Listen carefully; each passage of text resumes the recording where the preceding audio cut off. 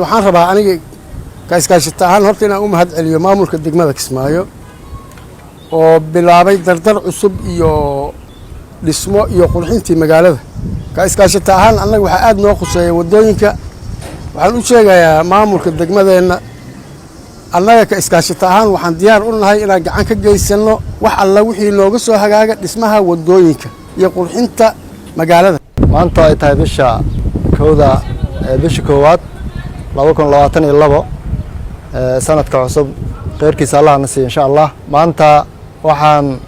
dayactir ku sameynaynaa haddii Ilaahay raado wadada ka baxda qacla gasha ilaa iyo masaajidka xajaamaca ilaa iyo santarkii xaafadda shaqaalaha ilaa biyo afmadow dayactir in lagu sameeyo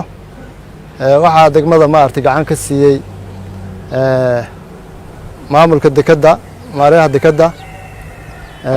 iyo iskaashatada insha Allah waxaan rajaynaynaa in sidaan ay noqon doonto joogto oo ay ka noqon doonto dhammaan qaybaha kala duwan kuwa hadda gacanta nisi iyo kuwa kale ee bulshada inteeda kale wadadan waxa lagu qabay dib waxa ku gudoomi jiray baabuurta dadka xitaa maritaankiisa xitaa baabuurta yaryar dib ku heedo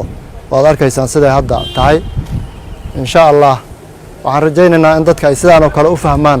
inay dalkooda dhistaan waxaan leenahay sanadka iyo barwaaqaan ku gaarno maanta waxaanu joognaa isgoyskii qacle waxaanu rabnaa ka dhagax dhigaynaa wadadaas halbowlaha oo runtii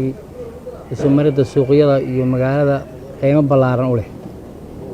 waxaan rabaa inaan u mahad celiyo maamulka dekada oo nagala qayb qaatay runtii si tabaruc ah waa mahadsantihiin waxaan rajaynayaa sanadkan maadaama uu ku bilowday maalin shaqo oo maalin danguud laga shaqaynayo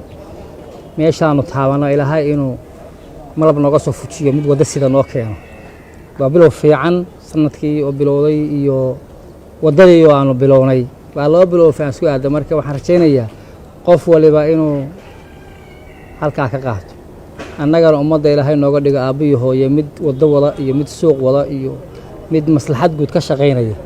intaas ilaahay inuu nooga dhigo waan ilaahay ka baryayaa ummadda